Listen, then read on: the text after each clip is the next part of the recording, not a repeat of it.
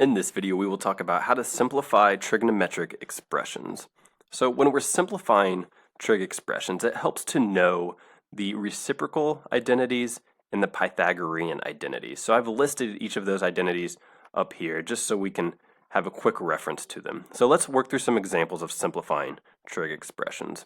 Let's say we've got the sine of theta times the cotangent of theta. So how can we simplify this expression? Well, we see that the cotangent of theta, that's one of our reciprocal identities. So the cotangent of an angle is equal to the cosecant of that angle divided by the sine of that angle. So if we want, we can rewrite this as the sine of theta times cosine of theta over sine of theta. And if we'd like to imagine that this sine of theta is just written over 1, if we're multiplying these two expressions straight across, the sines would cancel out, and we would be left with cosine of theta over 1, or in other words, just cosine of theta.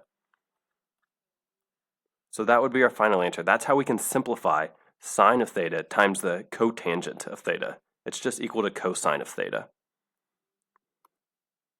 Let's try another one. Let's say we have the secant of theta divided by the cosecant of theta. So we can see up here with our reciprocal identities, the secant is equal to 1 divided by cosine, and the cosecant is equal to 1 divided by sine. So we can rewrite this expression as 1 over cosine of theta divided by 1 over sine of theta.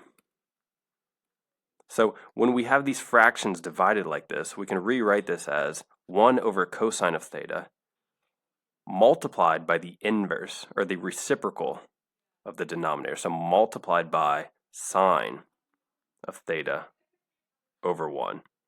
So if we multiply straight across, we get sine of theta divided by cosine of theta. And up here we can see that tangent of theta is equal to this exact expression, sine of theta over cosine of theta. So this whole thing can just be written as the tangent of theta. So that's our final answer. The secant of theta divided by the cosecant of theta can just be written as the tangent of theta. All right, let's try another one. Let's say we have the cosecant of theta minus the cosine of theta times the cotangent of theta. How can we simplify this expression? Well, the cosecant of theta, we see up here, that's one of our reciprocal identities. We can rewrite that as 1 over the sine of theta minus the cosine of theta. We can't really simplify that at all, so we'll just leave that as cosine. The cotangent of theta, that can be rewritten as the cosine of theta divided by the sine of theta. So we've got cosine of theta divided by the sine of theta. So if we just focus on this right-hand side, we can multiply cosine of theta times cosine of theta over sine of theta. So when we multiply these two values, we're just going to get cosine squared of theta.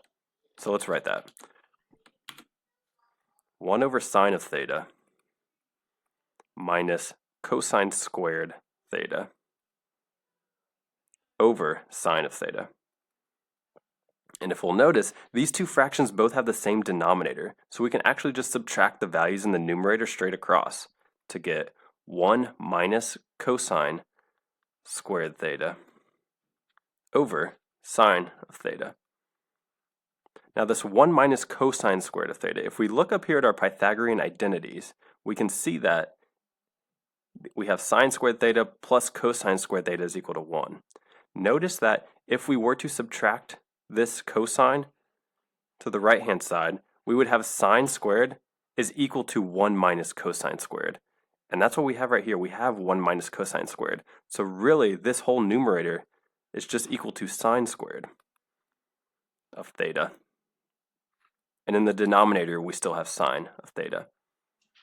So when we have sine squared of theta divided by sine of theta, this 2 will just become a 1. And this denominator will just become a 1. So all we will be left with is sine of theta.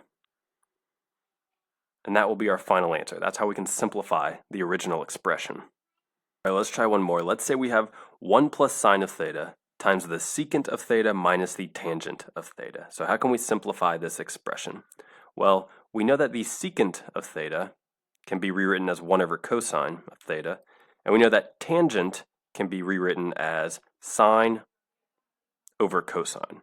So let's start by rewriting those two. So we'll get this first parentheses will just stay the same, 1 plus the sine of theta. There's nothing to simplify there.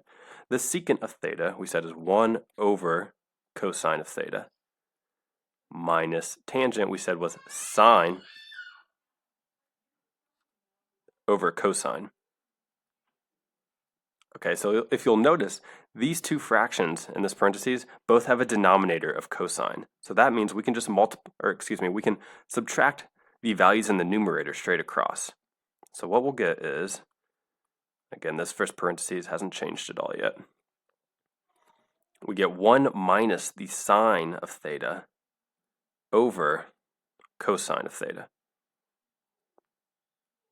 Okay, so now if we imagine that this first parentheses just has a denominator of 1, we can multiply the terms straight across between these two parentheses.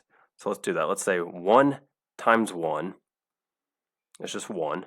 1 times negative sine of theta, that's negative sine theta.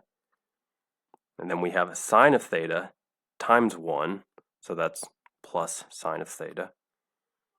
And then we get sine of theta times negative sine of theta. So that's negative sine squared of theta. And this is all over 1 times cosine, that's just cosine of theta. So if we'll notice in the numerator, this negative sine of theta and positive sine of theta will cancel out. And we'll just be left with 1 minus sine squared of theta. So let's write that over here. 1 minus sine squared of theta over the cosine of theta.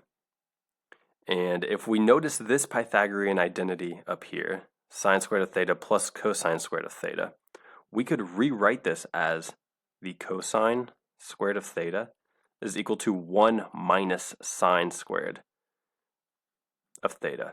And notice that that's exactly what we have in the numerator, 1 minus sine squared. So this whole numerator is just equal to cosine squared of theta. So we get cosine squared of theta over cosine of theta. So when we perform that division, this power becomes a 1. This is canceled out. This just becomes a 1, and we're left with cosine of theta. So that is our final answer.